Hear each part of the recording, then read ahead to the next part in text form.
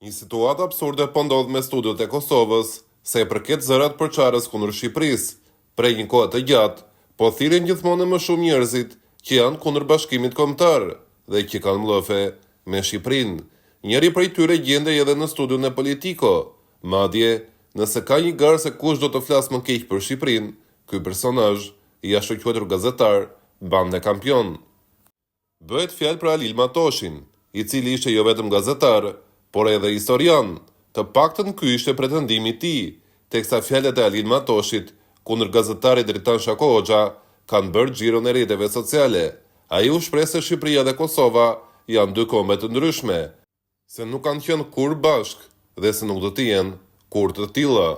Ju e quani vete kombëtare, po ne çfarë jemi? Ne luajmë në ligën e kombeve, natën e mirë. Nuk jemi një vend, jemi dy vende, jemi shteti pavarur sovran dhe mos ofendoj një komb të gjithë. Kosova nuk ka qenë kur e Shqipërisë, mos hyni në gjëra të thella që nuk i dini. Kosova nuk ka qenë kur pjesë e Shqipërisë, mos spekuloni. Flamuri shqiptar valon në Beograd, ndërsa nëse fut flamurin e Kosovës, të fusin dajak, tha mes të tjerash Alil Matoshi. Mbi këtë deklaratë të tij, ka reaguar edhe gazetari shqiptar Skerdi Lajt Sulozeqi, i ftuar në Euronews Albania në Max Sport. Sulozeqi tha se Alil Matoshi është spiun i UDB-s me dosën në Beograd.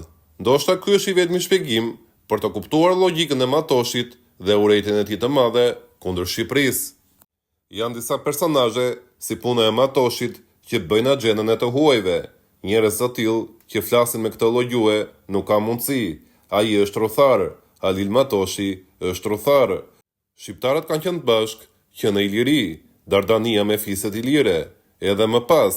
Shqiptarët kanë qenë gjithmonë bashk. Ne jemi bashk dhe ajo që tha Matoshi është e pakonceptueshme. Nuk jemi një komb, tha. Por nëse kemi një gjuhë, nëse kemi një zakon, si nuk jemi një komb? Alil Matoshi në 2014 tha për flamurin e ngritur në Beograd, autoktonusin, se është karikatur. Ai për mua është agent i UDB-s, tha Sulozeqi. Në fakt, pas asaj ndeshje Shqipëri-Serbi, ku ngri droni në Beograd, Matoshi ishte i vetmi i cili u shpreh se i flamur ishte karikatur. Për fat të mirë, në atë kohë ishte zëri vetëm, tani nuk është më i tillë. Gjithashtu ajo që është vënë re, është fakti se Matoshi ka mbyllur komente në rrjetet sociale, në Facebook, pasi video e tij bëri xhiron e të gjitha rrjeteve sociale dhe shqiptarët po e ofendonin. Matoshi është detyruar që të mbyll komentet duke arritur qëllimin e tij. Pak vëmendje.